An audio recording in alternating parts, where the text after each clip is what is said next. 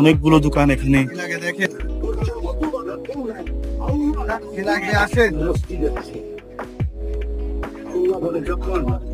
মার্কেটটা অনেক বড়, অনেক পুরনো, আর all kind of export clothing এখানে সেল হয়।